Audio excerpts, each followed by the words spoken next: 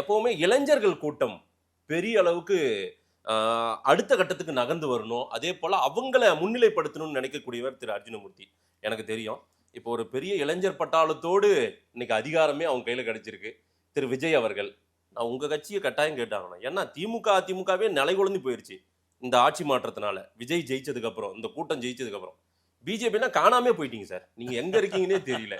இருந்ததும் போச்சு உங்களுக்கு. இல்லைங்க, அப்படி சொல்கிறதுக்கு ஒன்றுமே இல்லைங்க. ஏன்னா பாரதிய ஜனதா கட்சியோட வலிமையை நீங்கள் எந்த மாதிரி பார்க்கணும்னா, இது வயசு வாரியாக பிரித்து செக்மெண்டைசேஷன் பண்ணி பார்க்கக்கூடிய அது கட்சியாகவே அது இல்லை. ஏன்னா கொள்கை சார்ந்த கட்சி, ரொம்ப ஆழமான கொள்கை உள்ளது, பாரதத்து மேலே அதிக விசுவாசம் உள்ள கட்சி, தேசியங்கிற பார்வையில் ஒருமித்த கருத்தோட எல்லா தலைவர்களும் சிறப்பாக செயல்படக்கூடிய ஒரு கட்சி இது. ஏன்னா என்னதான் பண்ணாலுங்க, எவ்வளோதான் மாற்றம் வரட்டும், இன்னைக்கு ஏஐ உலகம் வந்தால் கூட இட்லி சாப்பிட்றத விட முடியுமா? நம்மளால விட முடியாதுல்ல. ஏஐ வந்துச்சுங்கிறதுக்காண்டி சாம்பாரை நிராகரிச்சிருவோமா? என்ன நிராகரிக்க மாட்டோம். அது மாதிரி எந்த ஒரு வளர்ச்சியும் எந்த ஒரு மாற்றமும் இன்னொன்றதை மாற்றிடும், இன்னொருத்தங்களை கவர்ந்து வாங்கிடும்னு நினைக்கிறது மிகப்பெரிய தவறாக போய் தான் முடியும். என்ன காரணம்னா, என்றைக்குமே வலிமைங்கிறது எதில் இருக்கணும்னா, எவ்வளோ மரம் இருக்குது, எவ்வளோ செடி கொடி இருக்குது, ஏன் தேக்குக்கு மட்டும் தனித்துவமான ஒரு மரியாதை இருக்குது?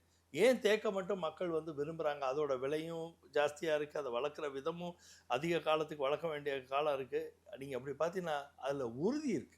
தேக்குக்கு எப்படி உறுதியோ அது மாதிரி பாரதிய ஜனதா கட்சி மிக உறுதியான ஒரு ஐடியாலஜிக்கு உள்ள ஒரு பார்ட்டி. அது அந்த உறுதியை யாராலும் நிலைக்குள்ளைய வைக்க முடியாது. இது மாதிரி வருவாங்க, இது மாதிரி நிறைய கட்சிகள் வரும், நிறைய வெற்றிகள் வரும். நம்ம ஆம் ஆத்மியே பார்த்துருக்கோம், எவ்வளோ பெரிய வெற்றி பார்த்தோம். காங்கிரஸுக்கு இடையில பாரதிய ஜனதா கட்சி இடையில மிகப்பெரிய வெற்றி அடைஞ்சு மிகப்பெரிய ஸ்தானத்தை அடைஞ்சதான் அந்த கட்சி. இன்னைக்கு அவர் கெஜ்ரிவால் என்னவா இருக்காரு? அவரால் தன்னாலே தொடர்ந்து சீஃப் மினிஸ்டரா கூட இருக்க முடியாத ஒரு நிர்பந்தத்துல போனாரு. எந்த சமையலும் ருசி தேடும் ரகசியம் 20 ரூபாய்.